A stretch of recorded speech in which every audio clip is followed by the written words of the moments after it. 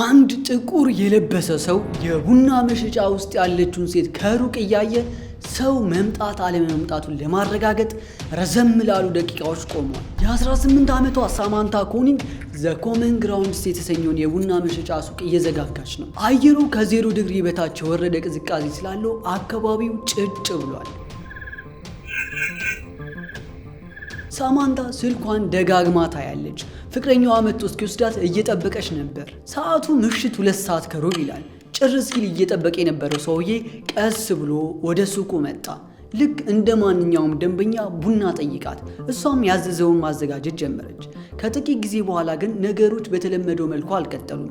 ሰውየው ሽጉጥ ደቅኖባት መብራቱን እንድታጠፋ አዘዛት። ካዝና ውስጥ ያለውንም ገንዘብ እንድታወጣ አዘዛት። ከዛ ይዟት ወጥቶ ከአካባቢው ተሰወረ። አንድ ነገር ግን ረስተዋል፣ የታሪኩን መጨረሻ የሚወስነውን የሳማንታን ስልክ።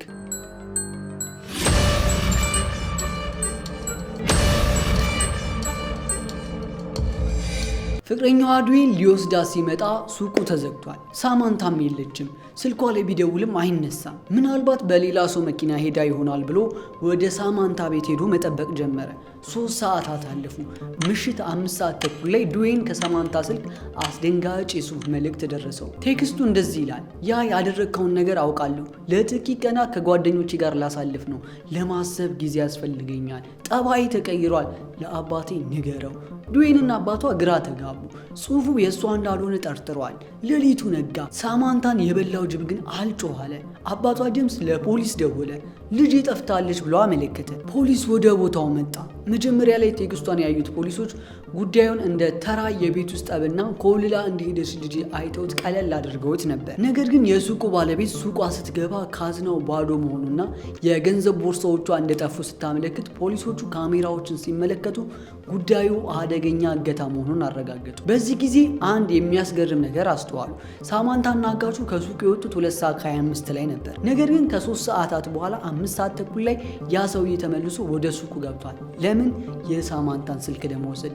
ያንን ቴክስት ለፍቅረኛው የላከው አጋቹ ራሱ ነበር። ዓላማውን ፖሊስ እንዳይጠራ ጊዜ መግዛት ነበር። በዚህም ይህ ሰው በጣም ብልህና የተረጋጋ ወንጀለኛ መሆኑን ተረዱ። ቀናት አለፉ፣ ሳምንታት አለፉ። የካቲት 24 ሳማንታ ከጠፋች 23 ቀን በኋላ ዱዌን ሌላ መልእክት መጣለት። ኮነር ፓርክ ውስጥ ካለው ፎቶ በታች አታምርም ይላል ቴክስቱ። ጄምስና ቤተሰቡ እየሮጡ ወደ ፓርኩ ሄዱ። በአንድ የውሻ ፎቶ ስር የተደበቀ ፕላስቲክ ከረጢት አገኙ። ውስጡ የታጠፈ ወረቀት ነበር። ከደብዳቤው ጋር የተያያዘው ፎቶ ግን ልብ የሚሰብር ነበር። ሳማንታ ራቁቷን ናት። ታስራለች። አፏ በፕላስተር ታሽጓል። ወንጀለኛው $30,000 ከከፈሉ ሳማንታን በሕይወት እንደሚለቋት ገልጿል። አባቷ ጄምስ ፎቶውን ሲያይ ልቡ ተሰበረ። ግን ቢያንስ ልጁ በሕይወት አለች የሚል ተስፋ ስላገኘ የተጠየቀውን ገንዘብ ወዲያውኑ ወደ ባንክ አካውንቱ አስገባለት። ፖሊሶች ገንዘቡ የት እንደሚወጣ አድብተው መጠበቅ ጀመሩ። በዚያው ምሽት በአንኮሬጅ ከተማ አንድ ኤቲኤም ላይ ገንዘብ ወጣ። ፖሊሶች በረው ደረሱ፣ ግን ረፍዶ ነበር። እነርሱ ሲደርሱ ሰውየው የለም። በካሜራው ላይ የሚታየው ሰው ማስክ ያደረገ፣ ወታደራዊ ጃኬት የለበሰ፣ ማንነቱ የማይለይ በመሆኑ ምክንያት በድጋሚ ማንነቱ ሊታወቅ አልቻለም። ከሳምንት በኋላ አሪዞና ግዛት ውስጥ ገንዘቡ መንቀሳቀስ ጀመረ። ቀጠለ ኒው ሜክሲኮ፣ ከዚያም ቴክሳስ። ይህ ሰው በአሜሪካን አውራ ጎዳናዎች ላይ እየተሽከረከረ ነው። በቴክሳስ አንድ የፖሊስ ኦፊሰር ነጭ ፎርድ መኪና በፍጥነት ሲሄድ ተመለከተ። አስቆመው። ኬት ነው የመጣኸው አለው። ከአላስካ አለ። ነገር ግን በኤቲኤም ካሜራ ላይ የታየው ግራጫ ኮፍያ፣ ማስክና የሳማንታ ስልክ ከነ ዴብት ካርዱ ተገኘ። ሰውየው እስራኤል ኪስ ይባላል። ከዚህ በፊት ምንም ወንጀል የለበትም። እስራኤል ተይዞ ወደ አላስካ ተወሰደ። መጀመሪያ ለማንኛውም ጥያቄ መልስ አልሰጥም ብሎ ዝም አለ። ነገር ግን ፖሊሶች ኮምፒውተሩን እንደያዙበት ሲያውቅ ሚስጥሩ ሊወጣ መሆኑን ተረድቶ መናገር ጀመረ። ሳማንታ የታለች አሉት። እሱም በካርታው ላይ ማታኑስካ ሐይቅ የሚባል ቦታ ጠቋመ። እዚያ በሮደ ውስጥ አንድ ቀዳዳ አለ፣ እዛ ታገኟታላችሁ አለ። ገድለሃት ሲሉ ጠየቁት። አዎ አለ። እውነቱ ግን ከሞትም በላይ ዘግናኝ ነበር።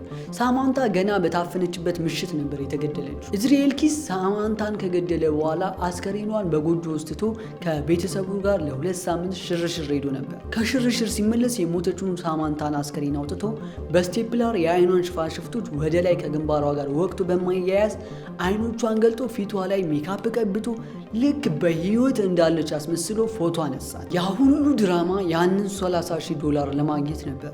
ለአባቷ ተስፋ የሰጠው ያ ፎቶ የሞተ ሰው ፎቶ ነበር። ኢዝራኤል ኪስ ተራ ገዳይ አልነበረም። በመላው አሜሪካ እየዞረ በየጫካው ሰዎችን የሚገድል ሲሪያል ኪለር ነበር። በምርመራ ወቅት ቢያንስ 11 ሰዎችን እንደገደለ። እንደዚህ ገጥሟችሁ ያውቃል?